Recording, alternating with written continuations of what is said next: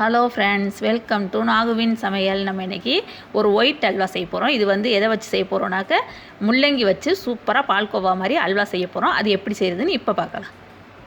இப்போ தான் எங்கள் சேனலை ஃபஸ்ட் டைம் பார்க்குறீங்கன்னா கீழே இருக்கிற ரெட் கலர் சப்ஸ்கிரைப் பட்டனை கிளிக் பண்ணுங்கள். கூடவே இருக்கிற பெல் ஐக்கானையும் கிளிக் பண்ணுங்கள். அப்போ தான் நாங்கள் போடுற வீடியோ எல்லாம் உங்களுக்கு நோட்டிஃபிகேஷனாக வரும். இது செய்கிறதுக்கு இன்றைக்கி நான் ஒரு பெரிய முள்ளங்கியாக ஒரு முள்ளங்கி எடுத்திருக்கேன். இது வந்து 200 கிராம் வெயிட் பார்த்திங்கன்னா.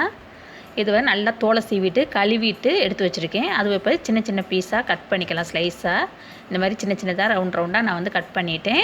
இப்போ இதை வந்து ஒரு மிக்ஸி ஜார் எடுத்துக்கலாம். ஒரு மிக்ஸி ஜார் எடுத்துகிட்டு அதில் அந்த நம்ம நறுக்கி வச்சுருக்க முள்ளங்கி எல்லாத்தையும் சேர்த்துக்கிறணும்.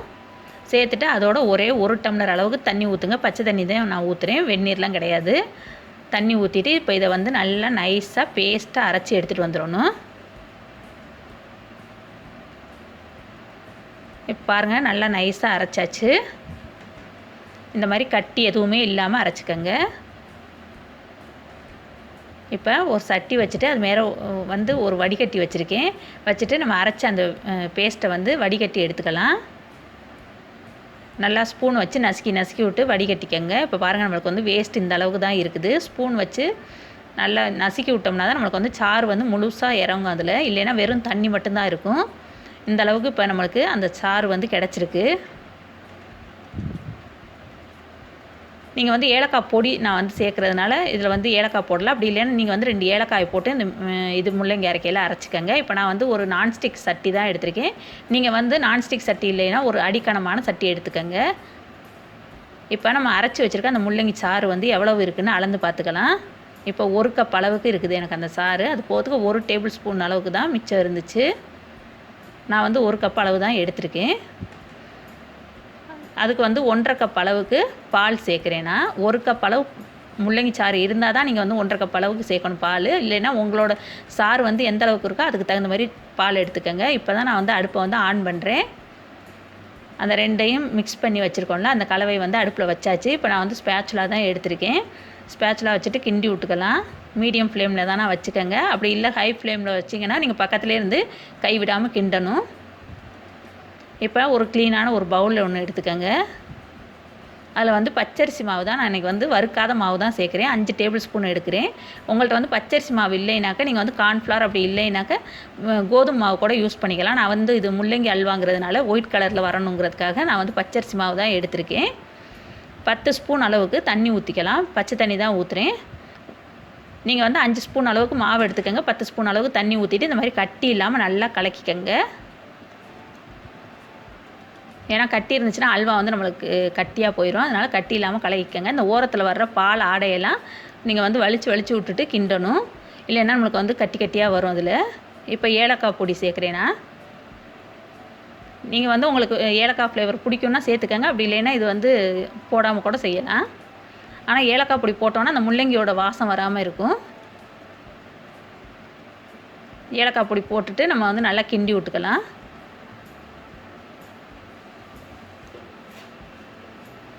இப்போ நான் வந்து ஒரு 3 ஸ்பூன் அளவுக்கு நெய் ஊற்றுறேன்.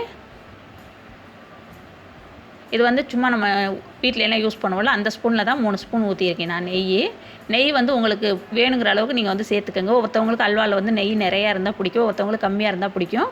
அதனால் நீங்கள் உங்கள் விருப்பத்தை பொறுத்து நெய் சேர்த்துக்கோங்க. நான் வந்து ஃபஸ்ட்டு 3 ஸ்பூன் சேர்த்துட்டு கிண்டி விட்டுக்கிறேன். கிண்டி விட்டுட்டு இப்போ நம்ம கலக்கி வச்சுருக்கோம்ல, அந்த அரிசி மாவு கலவையை வந்து அதோட சேர்த்துக்கிறணும். சேர்த்த உடனே கட்டி ஆயிரும். வேகமாக கிண்டி விட்டுக்கிறேங்க, கட்டிப்படக்கூடாது.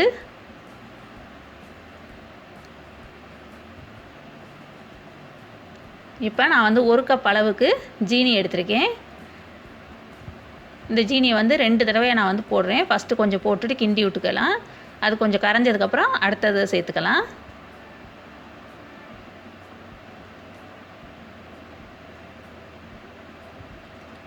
பாருங்கள், உடனே கட்டிப்படும். அதனால் நல்லா கிண்டி விட்டுக்கோங்க. இப்போ வச்சுருந்த மிச்ச ஜீனியையும் சேர்த்தாச்சு.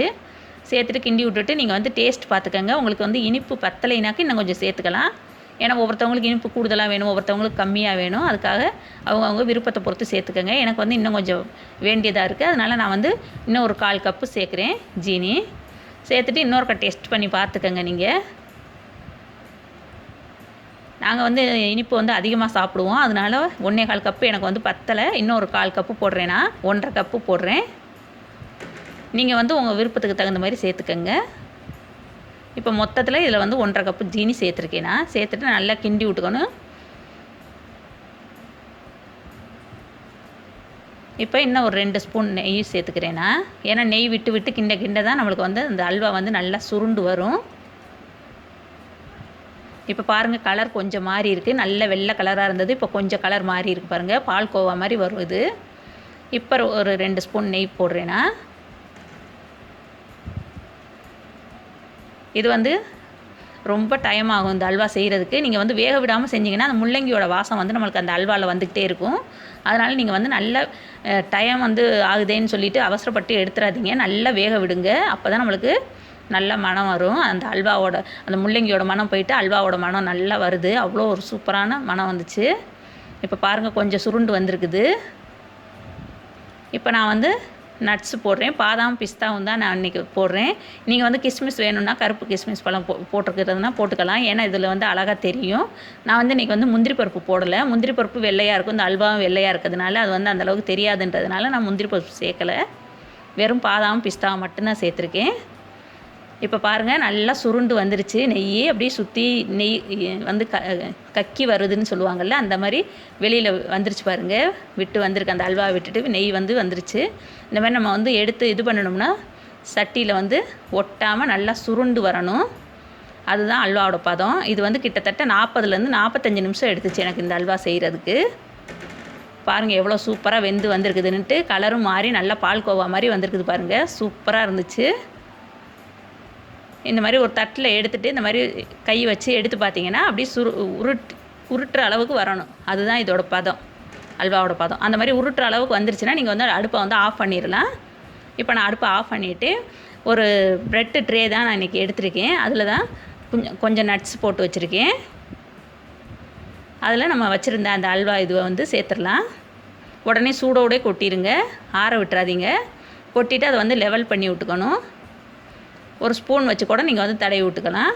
இப்போ இது வந்து நல்லா ஆறணும். குறைஞ்சது ஒரு 4லேருந்து 5 மணி நேரம் கூட இருக்கட்டும் வெளியிலே. அப்படி இல்லைன்னா ஒரு நாள் நைட் ஃபுல்லாக கூட நீங்கள் வந்து வச்சிடலாம். இப்போ பாருங்கள், நல்லா ஆறிடுச்சு, நல்லா செட் ஆகிடுச்சு, சூப்பராக இருக்குது. இப்போ இதை வந்து ஒரு தட்டில் வந்து நான் வந்து கவுக்குறேன்.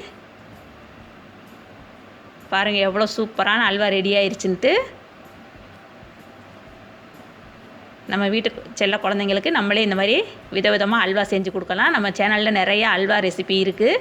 அதோட லிங்க்கும் கீழே டிஸ்கிரிப்ஷன் பாக்ஸில் கொடுக்குறேன். தெரியாதவங்க அதையும் பார்த்துட்டு ட்ரை பண்ணுங்கள். ரொம்ப ஈஸியாக எல்லோரும் செய்யக்கூடிய அளவில் இருக்கும் அந்த அல்வா எல்லாமே. அதனால் எல்லோரும் கண்டிப்பாக ட்ரை பண்ணுங்கள். இந்த வீடியோ உங்களுக்கு பிடிச்சிச்சின்னா லைக் பண்ணுங்கள், ஷேர் பண்ணுங்கள், சப்ஸ்கிரைப் பண்ணுங்கள். கூடவே இருக்கிற பெல் ஐக்கானை கிளிக் பண்ணுங்கள். தேங்க்யூ.